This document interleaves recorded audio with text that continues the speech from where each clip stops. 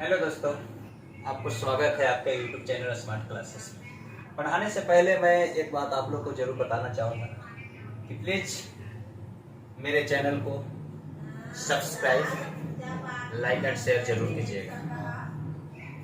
इससे पहले मैंने पॉलिनोमियल्स में कवर किया था कि पॉलिनोमियल्स होते क्या हैं। जैसे मैंने बतलाया था, सबसे पहले बतलाया था कि पूर्ण संख्या के बारे में जानना है। पूर्ण संख्या होता है 0, 1, 2, 3, 4, 5। इसको बोलते हैं होल नंबर। क्या बोलते हैं?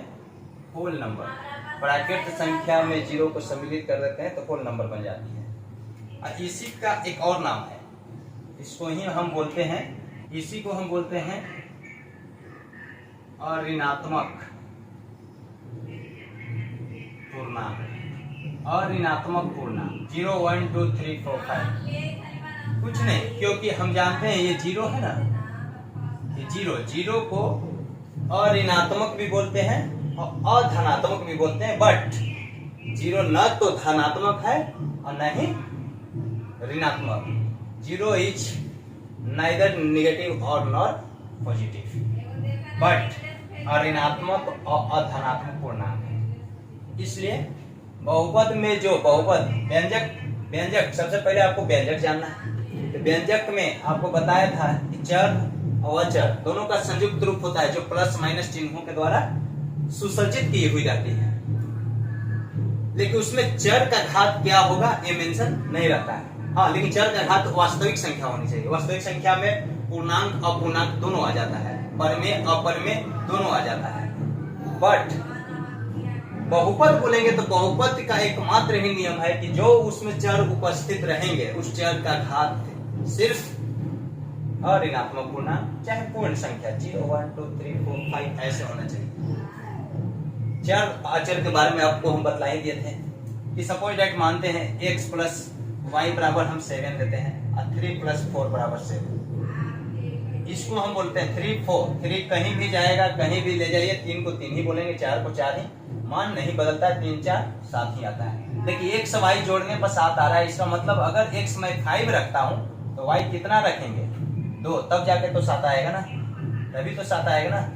अगर x 1 रखता हूँ तो y को 6 रखना होगा, तभी तो 7 आएगा ना। अर्थात इट्स क्लियर, x y का मान वैरी कर रहा है और जिसका मान वैरी करता है उसको हम चर बोलते हैं। और मान उसी का फाइंड किया जाता है जो अज्ञात रहता है। इसलिए ये दोनों जो चर हैं इसको क्या बोलते हैं? अज्ञात राशि भी बोलते हैं। चर राशि कहिए या अज्ञात राशि। क्योंकि कोई भी समीकरण भी जब आप पढ़िएगा तो x का मान ज्ञात करें, y का मान ज्ञात करें, 3 का मान ज्ञात करें, 4 का मान ज्ञात करें कहा जाता है? नहीं, क्योंकि 3, 4 तो ये नॉमरिकल वैल्यू है, इसलिए इसको अंगगणित और इसको बीजगणित बोलते हैं। तो नॉमरिकल वैल्यू है तो नॉमरिकल वैल्यू कांस्टेंट होती है, जिसका मान सब जगह वही रहता है। लेकिन चर का मान वैरी करते रहता है, सिचुएशन के आधार पर वैरी करते रहता है, इसलिए इसको अज्ञात राशि बोलते हैं। देखिए अगर 5 रखे तो y का मान निकालना रहता तो 2 आ जाता। एक का मान तो y का मान 6, यानी वैरी कर रहा है, इसलिए अज्ञात राशि है। x y z ये सब क्या है? अज्ञात राशि। मैं ये भी बतलाया था कि ABC DE लेटर, जो अंग्रेजी वर्णमाला के जो अक्षर हैं लेटर, वह भी चर भी होता है अचर भी होता है। लेकिन 3 सिर्फ लिखा जाए तो यहाँ पे इसे हम अज्ञात राशि, a को अज्ञात राशि और 3 को ज्ञात राशि बोलेंगे। 3 को अचर बोलेंगे और इसको चर यानी अज्ञात राशि बोलेंगे। बट 3x लिख दिया जाए, 3x, तब जनरली तौर पर, जनरली सामान्य तौर पे गणितीय में भाषा में हम x को यहाँ अज्ञात राशि चर बोलेंगे और ये जो 3 है टोटल, ये जो बच गया 3 है, इसको हम कांस्टेंट बोलेंगे, अज्ञात राशि कांस्टेंट, वेरिएबल चर। इतना तो समझ गए। साथ में मैं भी ये भी बतलाया था, जैसे suppose that 3x² minus 5x plus 5, ये व्यंजक है। x अचर 5 है, -3, माइनस प्लस से ये x y का एक समूह बना है जो ये दर्शाता है, तो ये व्यंजक है। चर का घात 2 है, 1 है, ठीक। बहुपद भी है क्योंकि जो घात है चर का वो 1, 2 और यहाँ पे अगर x लगाएंगे तो 0। इसी में सुनाया, इसके बहुपद भी है। यानी सभी बहुपद व्यंजक होते हैं, लेकिन सभी व्यंजक बहुपद नहीं होते हैं। जैसे यहाँ देखिए, ये व्यंजक है, बहुपद नहीं है। ये बहुपद नहीं है, बहुपद नहीं है, लेकिन व्यंजक है। क्योंकि बहुपद क्यों नहीं है? क्योंकि चर जो है x, यहाँ तो क्लियर है, x का पावर 1 है, यहाँ x पावर 0, लेकिन इसमें जो चर है, सभी चर को देखा जाता है, इसमें जो चर है उसका पावर 1/2 है, जो इसमें नहीं आता है। 1/2 इसमें नहीं आता है, क्योंकि ये परिमेय संख्या है, पूर्णांक नहीं है। अब वो भी अऋणात्मक मतलब धनात्मक संख्या, प्राकृत संख्या और 0 और ऋणात्मक हो गया। तो ये जो व्यंजक है, लेकिन बहुपद नहीं है। तो यहाँ भी व्यंजक है, ये बहुपद है, ये बहुपद नहीं है। पता चल गया कि व्यंजक बहुपद नहीं हो सकते हैं, बट सभी बहुपद व्यंजक हो सकते नहीं होते हैं। तो उसके बाद मैं पद के बारे में बतला रहा था। पद के बारे में मैं बतला रहा था, पद के बारे में, टर्म्स। तो टर्म्स जो है, कभी कभी छोटा छोटा सा चीज एग्जाम्स में पूछ दिया जाता है, रेलवे एसएससी जो भी हो। एक पद, द्विपद, त्रिपद, बहुपद, चतुर्थ पद, पांचवें पद ऐसे भी बोल सकते हैं, लेकिन एक पद, द्विपद, त्रिपद तक लिया जाता है, मोनोमियल, बाइनोमियल, ट्राइनोमियल। अब आपको ध्यान देना है, एक चीज ध्यान दीजिए। मान लीजिए आज टर्म्स के बारे में बतलाना है। टर्म्स के बारे में जानने से पहले आप एक एग्जाम्पल पे गौर कीजिए।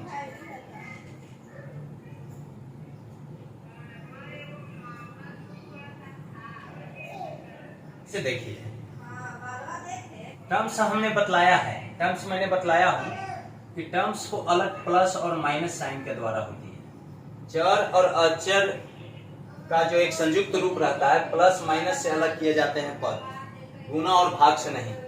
तो पद सबसे पहले देखिए, माइनस यहाँ है, यहाँ प्लस है, वही जगह है ना। तो पद यहाँ पे कितने हो गए? एक ये पद हुआ, 2, 1, 3 पद, 3 ऐसे पूछा जाता है। चर पद आपको पूछ दिया जाए, चर पद, तो चर पद जिसमें x y z लगा हो, 1, 2 ही दिख रहा है ना, x के पावर 3 x, यानी यहाँ 2 चर पद है, चर वाला 2 पद है। अचर पद, अचर पद जो सिर्फ नॉमरिकल वैल्यू हो, 4, जो सिर्फ नॉमरिकल वैल्यू हो, 4 यानी 1 है, और वो क्या है? 4 है। अब आपको ध्यान देना है कि अचर पद, यहाँ जो 4 को देखिए, अचर पद आप नोट कर लीजिएगा, अचर पद में जो भी चर आएगा, जो x अगर है तो x लाते हैं तो x के पावर 0, अगर y भी लाएंगे तो y के पावर 0, तब क्योंकि इसके पावर 0, इसका मतलब 1, 4 ही हो जाएगा।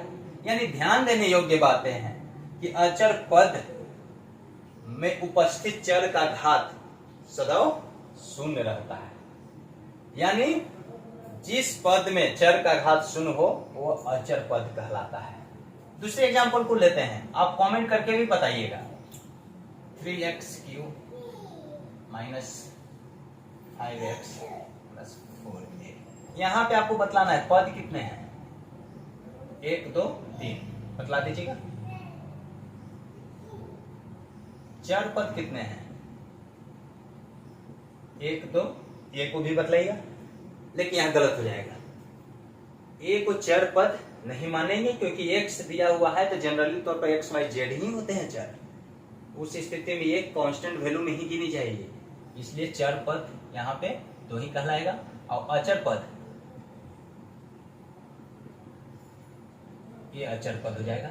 अगर इसमें हम x जोड़ते हैं तो उसका पावर 0, यानी अचर पद में उपस्थित चर जो है उसका घात सदैव 0 होता है, ये ध्यान में रखिएगा।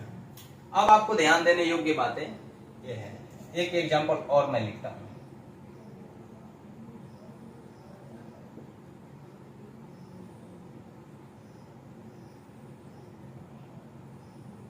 पद कितने हैं, 1, 2, 3। चर पद कितने हैं, 2। अचर पद कितने हैं, 1। 5 है तो 5 नहीं लिखेंगे, 1 ही है। 1, 2, 3 प्लस माइनस 3 चर पद, 3 पद, चर वाला पद 2, अचर पद 1, जो माइनस में 5 है 1। कौन सा है अचर पद, तो -5 बोलेंगे। 5 सिर्फ नहीं, साइन के साथ बोलेंगे कभी भी, जवाब साइन के साथ देंगे, क्योंकि प्लस तो छिपा रहता है, माइनस बतलाना रहता है।